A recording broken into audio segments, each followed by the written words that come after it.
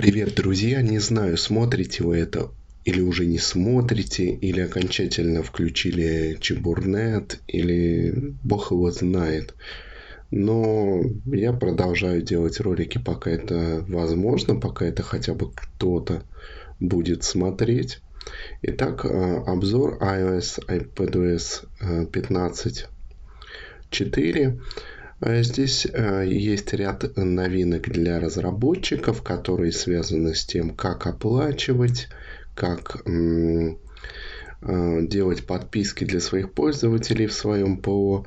Ну, а для обычных пользователей, прежде всего, нам важно, наверное, то, что теперь звонки в спасательные службы с помощью 5 касаний, как это было описано раньше, доступны во всех странах, кроме Индии.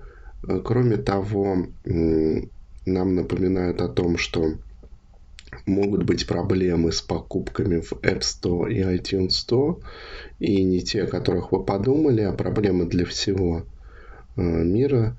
Это такая общемировая проблема, немного подглючивал App Store и iTunes Store, но скорее даже в предыдущих бета-версиях. Мне кажется, что как раз вот в уже публичной версии это проблем, по крайней мере, я не наблюдаю. Все вроде бы загружается как полагается.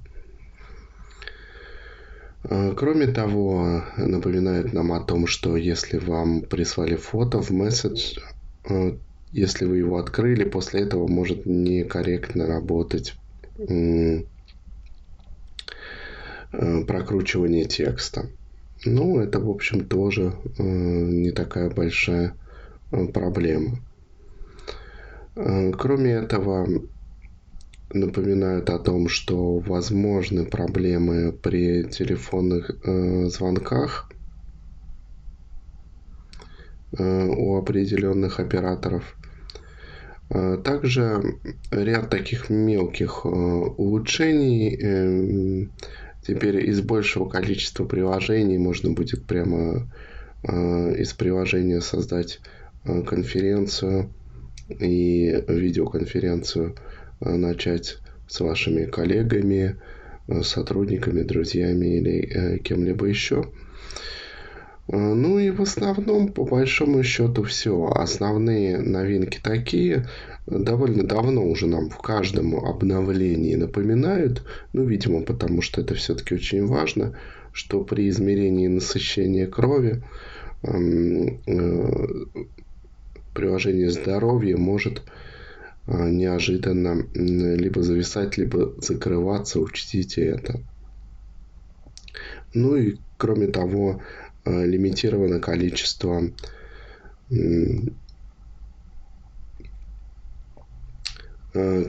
входов на одном iPad до 2 или на одном iPhone до 2 разных учеток может быть, не больше. Ну, это как бы ограничения, которые временные, насколько я понимаю. Впоследствии оно будет снято. Ряд новых расширений были удалены, поскольку работали некорректно. Это также, об этом нам также упоминают. В качестве зафиксированных, но не решенных ошибок. Всегда есть те ошибки, которые решены, да, и те ошибки, о которых нам говорят, что они есть, но пока решение для них не найдено. Это вот в основном те ошибки, которые я перечислил. Ну что ж, установите себе новый iOS iPadOS 15.4, если еще этого не сделали. Пока это все вполне нормально скачивается, устанавливается и работает без проблем, насколько я понимаю. Так что воспользуйтесь этой возможностью. Поскольку теперь свое устройство надо точно в России холить или леять, ибо айфоны, я так понимаю, уже закончились почти везде в продаже, и когда появятся новые, непонятно, и по каким ценам тоже не ясно. Ясно только, что цены будут далеки от рыночных. Поэтому следите за своим устройством, ухаживайте за ним как внешне, так и внутренне, чистите вовремя, вовремя обновляйтесь. Все это в том числе продляет срок службы вашего устройства, что в данных обстоятельствах немаловажно. Ну что ж, на сегодня это, пожалуй, все. Призываю вас подписаться на канал. Я не буду, наверное, на данный момент как-то диверсифицировать этот канал на какие-то другие площадки, поскольку часть из них неприемлема для меня просто, так сказать, эстетической точки зрения, как, скажем, Рутюб. Часть, можно было бы теоретически загружать ролики в контакт, но это либо надо весь архив роликов перегрузить, которых все-таки уже достаточно накопилось, и это нужно, какое-то приличное время на это потратить, которого, честно говоря, на данный момент просто нет. Я не думаю, что будет удален, надеюсь, что до этого не дойдет, весь архив контента. Даже если в какой-то момент, допустим, доступ к загрузке новых роликов будет потерян, я очень надеюсь, что он будет восстановлен со временем, и можно будет продолжить, по крайней мере, не с нуля.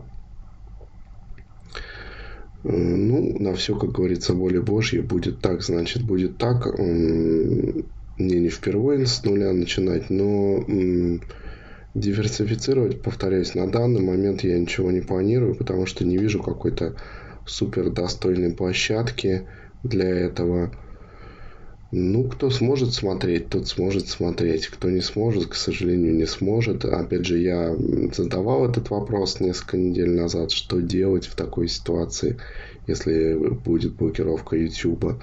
Те, кто высказывался, все единодушно высказались за то, что нужно продолжать выкладывать ролики. Будем это делать, пока есть возможность. Подпишитесь на канал, поставьте колокольчик. Вы всегда можете поблагодарить меня. Карта в описании, она полностью рабочая. Из России на нее можно переводить вполне. Если хотите, может быть, на прощание сказать спасибо. Бог его знает, увидимся ли мы еще. Это всегда для вас возможность есть. Но я понимаю, конечно, что вам сейчас и без этого забот хватает. Но, тем не менее. И, конечно же, комментарии, вопросы. Все как всегда. Мы, как тот оркестр на «Титанике», играем до последнего момента. Так что задавайте вопросы, предлагайте темы для новых роликов. Все это, в конце концов, временно. Все это пыль и пена. Она сойдет, а мы с вами останемся. Давайте с этой верой как-то и продолжать действовать и в своей личной жизни, и в общем, как общность, как люди, что ли. Прежде всего, оставайтесь людьми, несмотря ни на что и несмотря ни на кого. Потому что все самые плохие люди с обеих сторон сейчас хотят главного, чтобы вы перестали быть людьми. Не переставайте ими быть и сохраняйте какую-то холодную голову, здравый рассудок и не кидайтесь в какие-то крайности. Но это уже совсем, как говорится, другая история. Ролики, пока это будет возможно, будут выходить понедельник, среда, пятница, 19:45 Москвы. 3 дня в неделю, без 15:08. Видео для вас будут появляться. По крайней мере, я для этого сделаю все, что в моих силах. Я все еще не понимаю, почему должны страдать каналы, контент-мейкеры, те, кто создают контент, которые вообще не имеют отношения ни к чему. Вы, зрители постоянные моего канала, знаете, что на этом канале мы не обсуждаем политику и мы не высказываем каких-то таких мнений. Я очень благодарен вам, что вы в комментариях ведете себя максимально корректно, прилично. И я всегда стараюсь от этого дистанцироваться. Не потому, что у меня нет своего мнения, а потому что этот канал, он просто про другое. Это канал про технику, немножко про шоколад, немножко про мое мнение о жизни. Но, заметьте, я в основном по политике не высказываюсь. Да, есть какие-то вообще детские каналы там, с мультиками. Каналы про кошечек, собачек. Я не очень понимаю, почему вот эти каналы также попадают под какую-то эту общую гребенку, и должны страдать их потребители и те, кто их делает. Да, у больших ребят на YouTube есть целая команда, которая работает. Это все люди, которые получают деньги. Это все люди, для которых это просто работа, которым нужно кормить семьи, себя прокормить, престарелых родственников. На самом деле, то, что вы видите верхушку там какого-нибудь блогера, может быть, да, сам он, хотя, опять же, тоже он пострадает. Ну, допустим, у него есть команда, есть оператор, монтажер, есть тот, кто договаривается там о встречах, есть референт какой-то, и не один, и много-много людей за кадром, которых вы не видите, но которые делают этот контент для вас вместе с тем человеком, который выступает лицом этого контента. И если за человека, который выступает его лицом, еще можно быть более-менее спокойным, хотя не факт, то вот все эти люди просто остаются без работы. И я не понимаю, почему это должно происходить. И мне совершенно не важно, какая страна в данном случае это делает, какая из сторон больше права, какая меньше. Мне кажется, что главное, что должно быть остановлено, это должен быть остановлен с обеих сторон подход уравниловки и подход такого всеобщей какой-то коллективной ответственности непонятно за что. Непонятно за... Вернее, понятно за что, но непонятно, почему эта ответственность коллективная. Да, и почему отвечают те люди, которые вообще совершенно даже в это не вмешиваются и никак с этим не взаимодействуют. Это мне как казалось изначально неправильным, так и сейчас кажется, что все вот эти меры из пушки по воробьям, неважно, повторюсь, с какой стороны они принимаются и